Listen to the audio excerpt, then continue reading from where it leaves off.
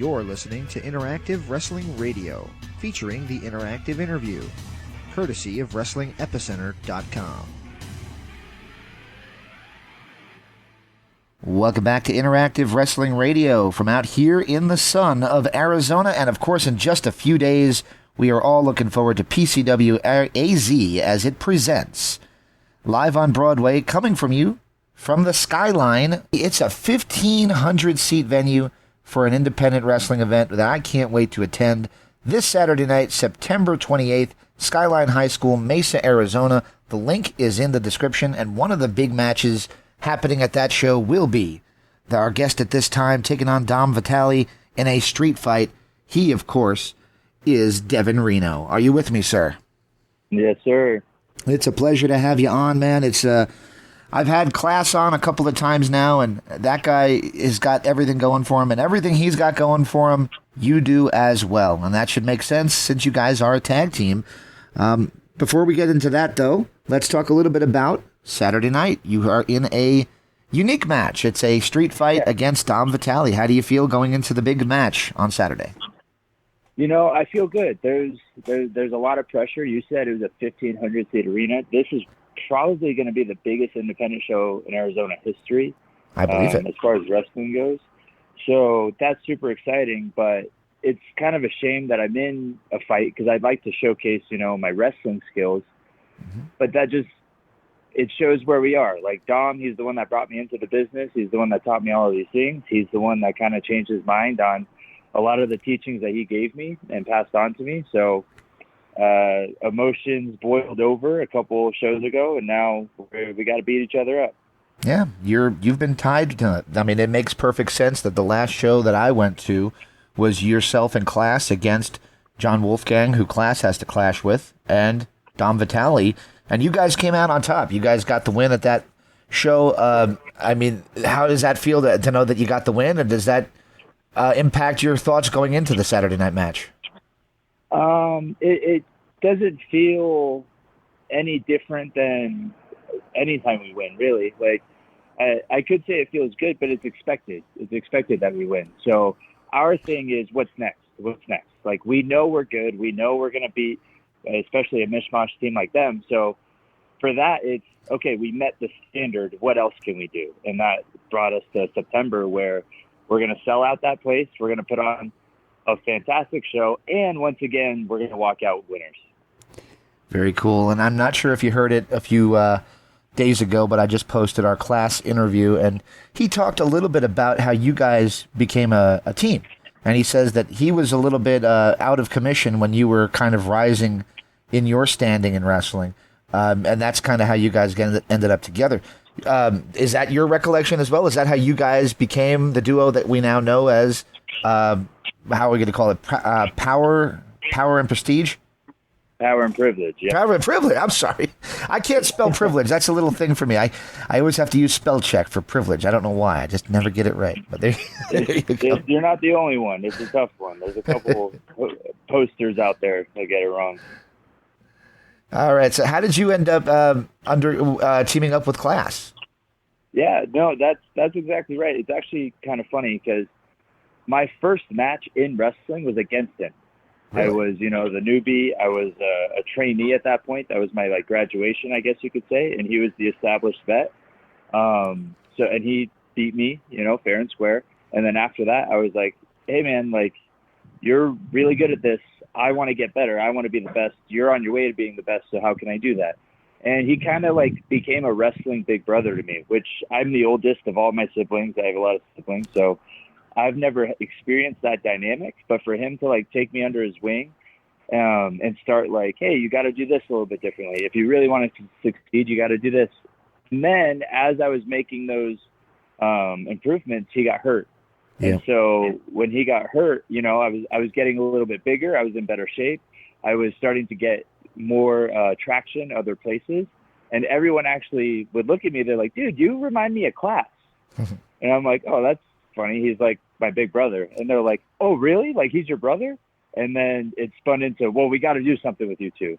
And so we heard, I literally heard that every promotion I went to. And so I was just kind of like, hey, Class, when you get back, you might not be a singles guy anymore. We might have to try this tag thing out. And it actually worked out for the best, because I don't think we've had several talks, but I've certainly never had as much momentum in wrestling as I've had now. And I don't think he has either. And it's been a year and a half of us tagging. So really the sky's the limit. Absolutely. And I'm a little embarrassed that the last show, July 13th, was the first show that I ever attended. And I don't know why I didn't know that it was all around me, because this show is a really good, polished wrestling product. I enjoyed it immensely. But I can't say, and I'm not just saying this, I'm not just blowing smoke, I can't say that you guys weren't the ones that you looked at. Those guys are going to be real stars. Those guys have everything necessary. So it was really cool to see you guys working there. Class talks a little bit about a 18-month plan that he has. And obviously, you being his tag team partner, do you share that 18-month plan? Is your hope to see yourself signed to one of the major wrestling promotions within the next couple of years? Absolutely. But we're on the same path. We really are. Like, we're not just a team inside the ropes. Like, we talk every single day. We travel together. We're staying in hotels together, getting workouts together.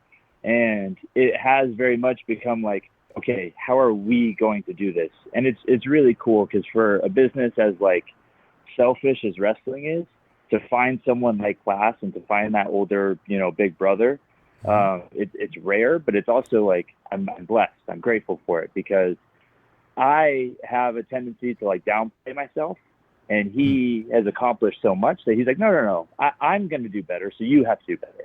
And I'm like, well, goddamn, man, okay, like, let's do it. And so every time we pitch like ideas, like, it usually goes like this, like, I'll go, hey man, I know this sounds crazy, but let's get signed in 2 years. And he's like, 18 months. And I go, all right, let's do it. Like, that's how we push each other. So I absolutely share that vision. And also I think it's not only a very real possibility, but it's a solid prediction. I would bet on that. I would too. I really would. You guys are polished. It's the little things that when I watched you guys perform that I liked. And I'm an older guy now. I'm 43. I've been watching this stuff since I was like, 5. So I've seen everybody. But you guys really did have a lot of things. And I'll tell you when I kind of realized how good you were. It was such a little thing. It was in the Battle Royal, or maybe it was the tag match. One of the matches, one of the kids in the crowd was saying something silly to you. And you turned and you made faces at him. And you gave him that one-on-one experience to where that kid now probably will hate your guts and be there at the next show and hoping to see Don Vitale beat you up that show. I mean, it really was little things like that jumped out at me. I'm like, this guy is good. And it's the devil is in the details, I guess they say. Absolutely. And it's funny because there's so many pictures of kids flipping me off and kids holding up signs that say like, boo Devin Reno. Like, there's so many. And it's because those interactions make the wrestler that you can do all the moves you want. You can have as many crazy matches as you can, but if you can't connect to people, then like nobody cares.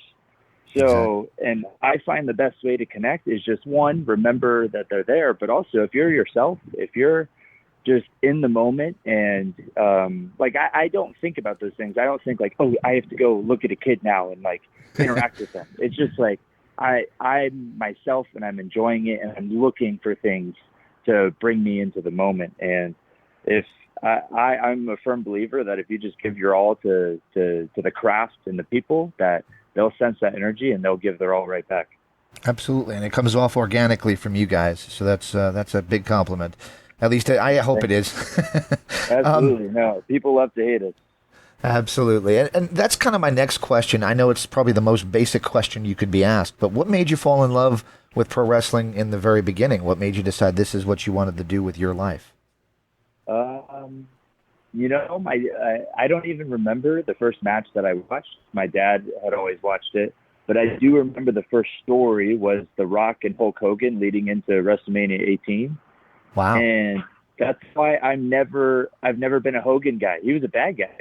He beat up my hero every week, and he would spray paint his back. I'm like, absolutely not. I don't trust this guy. So that like very real emotion, whatever story they told to, I think that was 2002. So Yeah, like 4-year-old Devin, whatever they were telling on the screen, I was connected. And ever since then, like, it's funny. I told my girlfriend, like, I literally can't imagine my life without wrestling. Like, everything from school to work to whatever job I had, like, it all related somehow to wrestling. In whatever situation I would find myself in, I would be like, okay, like, this reminds me of this moment in wrestling, and this is how that played out, you know? So I wish I had a better answer of like, oh, this one thing, but it's just been ingrained in my head. And I think that translates to in the ring, because my whole life I've envisioned this. So there's nothing new for me. Like, there's no experience that's new. Obviously I'm experiencing it for the first time, but in my head, I've been wrestling in front of 80,000 people in my head, you know? So it's no different to me. I'm like, all right, I'm supposed to be here. Absolutely. And you made me feel about 100 years old now. Because that's like when I started to get upset with wrestling, because oh man, WCW and ECW are gone. I'm, out of high school. I'm in college, and here you are 4 years old. Man, I'm really old. That's the crazy cycle, right? Like and that's what made me fall in love with wrestling even more as I got older and I got into the business, is like the things I hated in high school. And because I was like too smart, right? Quote unquote. I was too smart. I was like, oh, this is BS, whatever. But I'm seeing kids now who are joining the training center, and they're like, oh, dude, this moment happened and I was sold. And I was like, I hated that. Like, that was so stupid. But I look at them and I'm like, you know what? Like, that's just the cycle, I guess. Like, that's what makes this so beautiful, is like, as stories get told through generations, there's all these different viewpoints, but everyone has this collected like passion about it. So it's really cool, actually. I won't lie to you. I won't say that I was, sitting down in a room with them, but I did a media call with Cody Rhodes. And when I was talking to Cody Rhodes, this was when he was still with AEW. And I asked him, I don't know why, but I asked him what his favorite match of all time was. And I kind of meant his match that he had. Mm-hmm. And he said, Hogan Rock, WrestleMania 18, and I don't trust anybody who says any different. And that blew my mind. So when you said that, it's kind of cool. You kind of share that with Cody Rhodes a little bit, that is your infancy into wrestling. Yeah, it's very interesting. And like in that moment, right, as a kid, I was just sold on the story. But now you go back and from a worker perspective, you're like, this is a collective, like, showing of the years that these guys have put in to be that over.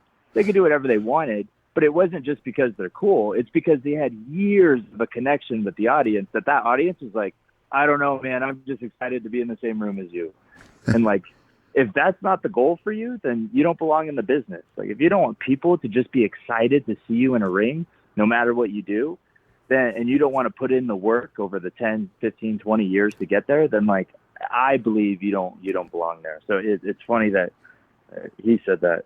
Yeah, it is. That's interesting. Yeah, that is.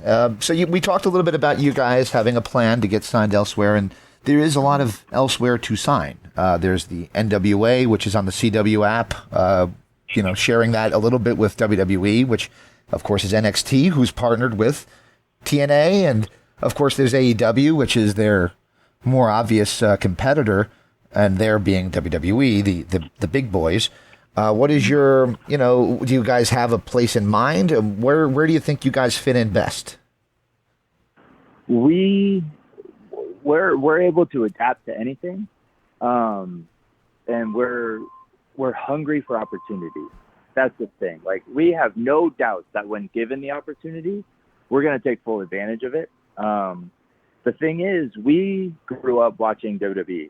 And so that's always the end goal for us. And I understand there's a lot of places to work. I'm very grateful for that. Wrestling has never been hotter, I don't think. I know the Attitude Era, there's an argument, but it's a different kind of popularity now. Like, it's more widespread. There's all this opportunity. And with that, there's all of these people who they're going for the same opportunity. So it's like a very unconcentrated landscape right now. Like, it's kind of everywhere. But for us, it's always WWE. Like, it's always been, and it probably always will be there. There you go. That is the goal, is to get under the bright lights and have your, if you will, your WrestleMania moment, if you will. But then again, in your head, you said you've already had that. Yeah, when it happens, it's going to be really, really cool. But at the same time, I'm just going to think back to, 10-year-old Devin and be like, yeah, man, like, you did it. So my kid, I got a kid who's just turned 15, and one of the things we do a lot is play the WWE video games. And I like to have matches. I like to do moves and have matches and maybe even tell a little story with it when I'm having fun. He likes to hit me with light tubes and stuff like that. So here we go with that kind of brings us back to the street fight. How hardcore can we expect this match to be? And are you going to try to keep it more of a wrestling match, as you said earlier, or are you going to try to make it more of a match unlike what we usually see in PCWAZ and maybe be a little bit on the hardcore side? Well, there's one thing, and I've heard Dom say this in an interview recently, is I have a lot of fatal flaws. And I don't agree that I have a lot, but I do have one, and it's that I am an overly emotional person. And it helps me tremendously in wrestling. And it also is probably my biggest, it might even lead to my downfall eventually, but it's just, as soon as I'm overcome with that emotion, all bets are off. So with that relating to this question, no, I don't want to wrestle because I was put in this position where, hey, like, I wanted to showcase my skills in front of all these people, and you took that from me. You wanted a fight, and so now I have to make a sacrifice in order to, for my goal is to be a wrestler. But if he wants to fight, then that just makes me even more mad. And if the rules are taken away and I'm mad and there's no real reason for me to want to make it a wrestling match, then, like, yeah, it's going to get violent. Oh, right. And kind of a last thoughts, I guess this kind of be like a little pitch for those who don't already have their tickets for Saturday night at Skyline. What is your final thoughts as we head in, both with your match and as well as Class defending against John Wolfgang? Well, I'm going to tell you that if you haven't got your tickets, there's less than 200 left. And to pay this amount of money to see Devin Reno and Class before their 18 months is up and they've moved on, then I'm sorry if you don't take advantage of that, because there will be a day and 1,500 people are going to be able to say, hey, I saw those guys when they were at Skyline High School tearing it up. So if that's not incentive enough, then you're not a wrestling fan. I love it. I do tell a lie. I have one final question for you. The cool thing at the last show was we had a few legends that were in attendance, and I know that one of them, after speaking to Zamaya, said that he was part of the training school. What was it like getting pointers and tips from somebody that I grew up watching on ESPN at 4 o'clock in the afternoon, 5 days a week? I mean, this shows you how old I am. Watching this guy, Jerry Lynn, wrestle. And what was it like taking some tips from him? And did you learn anything special from him that maybe you could share with us? Oh, absolutely. So Jerry Lynn, is one of the smoothest in-ring guys ever. I dare anyone to go back and watch ECW. His matches with Lance Storm specifically and Rob Van Dam are insane, just from a footwork, timing, positioning standpoint. But we actually had a seminar the day before as well. And so that's where I kind of got to introduce myself and just get a feel for how he views wrestling. And then during that show, he was backstage, and me and Class come back after our tag match, and he pulls us right to the side. He goes, sit down, and he just critiques our match. And he just Really? like, we talked to him for a good 10 minutes of just like, your guys' plan worked here, it didn't work here, and it could have been better with this. So like, I'm very appreciative of perspective, and I know that there's an issue in terms of, well, independent and wrestlers who are signed, who have access to minds such as Jerry Lynn. And when he takes 15 minutes to sit down and critique you, and I know it because he told me, there are people who will go, yeah, but that doesn't work for me. If you can sit there and think that while someone, like you said, as respected as Jerry Lynn, if you can actually think like, oh no, I know better than you, there's nothing you can offer me, you're a lunatic and you don't belong in the business. There's something, at least. So there was actually a lot of things. I don't like to insider baseball, but there were a lot of things that he sat us down and talked to. And more than anything, it was just the effort. The fact that guy still cares about wrestling that much to pull we're not anybody yet, but we will be. But the fact that he pulled nobodies to the side and was just like, hey, you're good. Here's how you can be better. Just shows that, like, and once you get the itch, you can't get rid of it. And if you can turn it into someone or turn it into what Jerry's doing and, like, giving back to the business, that's the ultimate goal. So my respect for him just went up 1,000%, and it was already, as high as it can get. So that was a very cool experience. Very cool. For those who didn't know, Missy Hyatt was there, Jerry Lynn was there, and Val Venus was there, and it was really cool to meet all three of them. All three very cool people, and I hope that people do turn out just as they did on July 13th, on September 28th, which is only a couple of days away. Skyline High School, like I said, I will have a link in the description so people can pick up those remaining tickets. I'll be there, and of course, 2 big matches, and I had 2 of the, unfortunately, both the heels, you bad guys, but on the show. But you guys will be having big matches at the show, too. I can't wait to see you guys do this. All right, before I let you go, is there anything else? Can I ask for one last favor from you? I'm just going to ask for a station ID. Just saying, this is Devin Reno, and you're listening to the Wrestling Epicenter. Do you mind doing that for me? Sure, yeah, let's do it. All right, I'll just do the countdown here for you in 5, 4, 3, 2. This is Devin, remember the name Reno, representing the mean streets of Gilbert, Arizona, and you are now listening to the Wrestling Epicenter. This is Interactive Wrestling Radio. Interactive Wrestling Radio. Interactive Wrestling Radio. Interactive Wrestling Radio. Interactive Wrestling Radio. Interactive Wrestling Radio. Interactive Wrestling Radio. Oh, for Rush. Featuring the interactive interview. Interactive interview. Interactive interview. Interactive interview. Interactive interview. Interactive interview. Interactive interview. Oh, yeah. Formerly The Blaze. The Blaze. The Blaze. The Blaze. The Blaze. The Blaze. The Blaze. The Blaze. The Blaze. The Blaze. The Blaze Rock. You're a maniac, so what you gonna do when the Blaze of Maniac runs wild on you? On WrestlingEpicenter.com. Wrestling Epicenter. Wrestling Epicenter. Wrestling Epicenter. Wrestling Epicenter. Wrestling Epicenter. The Wrestling Epicenter. Don't get off. And now we shamelessly name drop from our history. The Wrestling Epicenter would like to apologize for the following. All right, everybody. Viva la raza. Viva la raza. Hey, y'all. Hello, ladies. Hey guys, we had a lovely conversation. First lady. Absolutely. Oh, look at me. He's so kooky. Be there. Where else? Interactive Wrestling Radio. Wrestling. Epicenter. Oh my God, you win! Wow, being interactive. Whoa! I just got some listen. I was gonna shoot him. Yeah, I almost pissed my pants. Breaking neck. I got 2 words for you. I've heard a lot about you guys. But here, let's go. I see my language. You're gonna go to the shop. Plenty of no. Into the many. No nerves. That was great. It's gonna be cool. Woo! What it's all about. The purest point of the living legend. Rock and roll. Arrogant. You're listening to me. Instead of statement, I'm talking to you. So Lynn, without you. Yeah. In the land of extreme. Testify. Nevermore. Interactive interview. I'm not just the best.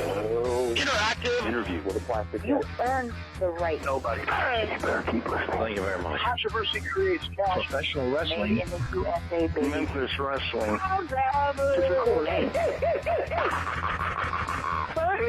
The guy on fire. I'm not bad. We were sexy. What a show. One and only. Interactive Wrestling Radio. Wrestling Epicenter. Interactive interview. We took care of the business. This isn't ballet. We are huge. You're where it's at. You better recognize who's the best. If you're smart, make sure you tune in each and every week. I'll come out of your computer, knock down your door, and turn it on for you. Or else I'm going to kick your stinking teeth in. And that's the bottom line. Have a nice day. It's showtime. Don't forget to like and subscribe.